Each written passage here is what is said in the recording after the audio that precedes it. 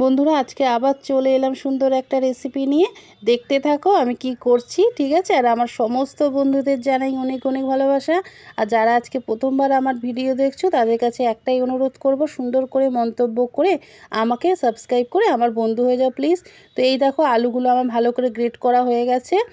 আমি আজকে করব হচ্ছে ডিমের চপ। যেভাবে আমরা তো দোকানে দেখো খেয়েই থাকি, কিন্তু যদি ধরো বাড়িতে কোনো অতিথি চলে এলো তখন মনে হয় না নিজের হাতে কিছু বানিয়ে তাদেরকে খাওয়াই। এইটা কিন্তু খুব সুন্দর হবে বন্ধুরা, চা বা কফির সঙ্গে যদি তোমরা দাও, যে আসবে সেও খুব খুশি হয়ে যাবে। কেনা খাবার তো আমরা দিই অতিথিদের, কিন্তু যদি নিজের হাতে কিছু তৈরি করে দেওয়া হয় সে আরও কিন্তু মজাই আলাদা, তাই না বলো। তো এই দেখো আমি কড়াই তেল গরম হয়ে গেছে, এরপরে আমি দিয়ে দেবো হচ্ছে পেঁয়াজগুলো আমি কেটে রেখেছি। কাটাকুটি এইসব বন্ধুরা তোমাদের সঙ্গে দেখাই না, কেন বলো তো ভিডিও অনেক বড় হয়ে যাবে, সেই জন্যে আমি খানিকটা কাজ করে নিয়ে তারপরে ভিডিওটা শুরু করি। দেখো পেঁয়াজগুলো আমি একটা পেঁয়াজ কেটেছি, ঠিক আছে। কেটে আমি পেঁয়াজটাকে ভালো করে ভেজে নেবো, তারপরে তোমাদের বলছি এর মধ্যে আমি কী দেবো। দেখে নিলে তো আলুটা আমি সেদ্ধ করে এরকমভাবে গ্রেট করে নিয়েছি, আর ডিমটাকেও আমি সেদ্ধ করে দুভাগে ভাগ করে নিয়েছি। তোমরা গোটা গোটা ডিমও করতে পারো, কিন্তু আমি হাফ ডিমই করি, হাফ হাফ করেই করি, এতে সুবিধা হয়।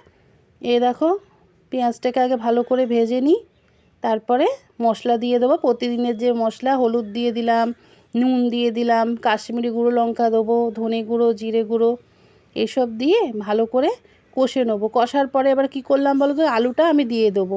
এবার আলুর সঙ্গে সমস্ত মশলা ভালো করে নাড়বো। আর এটা হয়ে যাবে তোমরা বুঝবে কি করে বলো তো। আর দিয়ে দিলাম হচ্ছে আমার ঘরের বানানো সবসময় যেটা মশলাপাতি আমি দিয়েই থাকি রান্নায়, বেশিরভাগ ভাজা মশলা, ঠিক আছে। আর কি করে বুঝবে বলো, দেখবে কড়াই থেকে কি সুন্দর একা একাই উঠে আসবে, তখনই বুঝতে পারবে তোমার এই পুরটা একদম সুন্দর করে হয়ে গেছে। দেখো বেশ খানিকক্ষণ ধরে নাড়তে হবে বন্ধুরা, ওর মধ্যে যেন জল জলে ভাব যেন না থাকে, একদম শোকাতে হবে, শুকনো করে পুরটা তোমায় করতে হবে। দেখো আমার হয়ে গেছে। ডিমগুলো আমি সেদ্ধ, আর একটুখানি আমি ময়দা নিয়ে নিয়েছি। কর্নফ্লাওয়ারও দেওয়া যায়, কিন্তু ময়দাটা দিলে কি বেশি ভালো হয়, তোমার যদি মানে ফেটে যাওয়ার ভয় থাকে না। আমি এই জন্য অল্প একটুখানি ময়দা সাইডে রেখেছি, এখন দেবো না। আগে আমি ডিমের এই চপগুলো করে নিই, যেরকম ডিমের চপ সাইজ হয় সেটা একই রকমের করব। দেখো সবকটা করে নিই, তারপরে তো এই যে 4টে হয়েছে আমার টোটাল।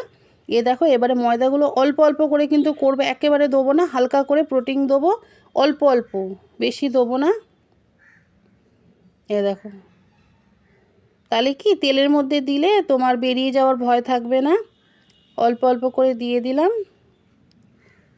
দেখো আর আমি বেসনটা গুলে রেখেছি নুন দিয়ে, হলুদ দিয়ে, অল্প একটুখানি চিনি দিয়ে, আর একটুখানি না আমি কসুরি মেথি দিয়েছি এই বেসনের ইয়েটাতে, ব্যাটারটার মধ্যে। তারপরে আমি ওই বলটাকে মানে ডিমের যে চপটাকে বেসনের মধ্যে করে চুবিয়ে তেলে দিয়ে দিয়েছি। প্রথমটা একটা ভাজলাম, কেন বলো তো বন্ধুরা, বলা তো যায় না যদি ফেটে যায় বা ভালো না হয়, সেজন্য প্রথমটা আমি একটা দিয়েছি, এরপরে আমি 3টেই একসঙ্গে ভেজে নেবো, কোনো রকমের অসুবিধা হয়নি। দেখো একটা আগে ভেজেছি, তারপরে পরেরটা আমি 3টে একসঙ্গে ভেজে নিয়েছি। আর গ্যাসটা কিন্তু আমার সিমে করা রয়েছে, বাড়ানো নেই। দেখো কি সুন্দর হয়েছে, দেখেছো, একটাও কিন্তু তোমার মানে ফেটে যায়নি বা দেখো ছেড়ে বেরিয়ে যায়নি, কি সুন্দর প্রত্যেক কটা হয়েছে।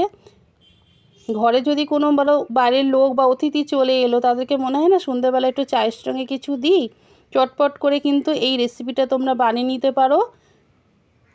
যারা খাবে তারাও আনন্দ পাবে, আর তুমি যে পরিবেশন করে দেবে যাতে তোমারও খুব ভালো লাগবে। দেখো আমি টমেটো সস আর পেঁয়াজ দিয়ে পরিবেশন করে দিয়েছি। কি কেমন হয়েছে বন্ধুরা, ভাল লাগছে না বলো। আর আমার যদি ভিডিও ভালো লাগে প্লিজ আমাকে দেখতে থেকো, আমাকে সাবস্ক্রাইব করো। টাটা।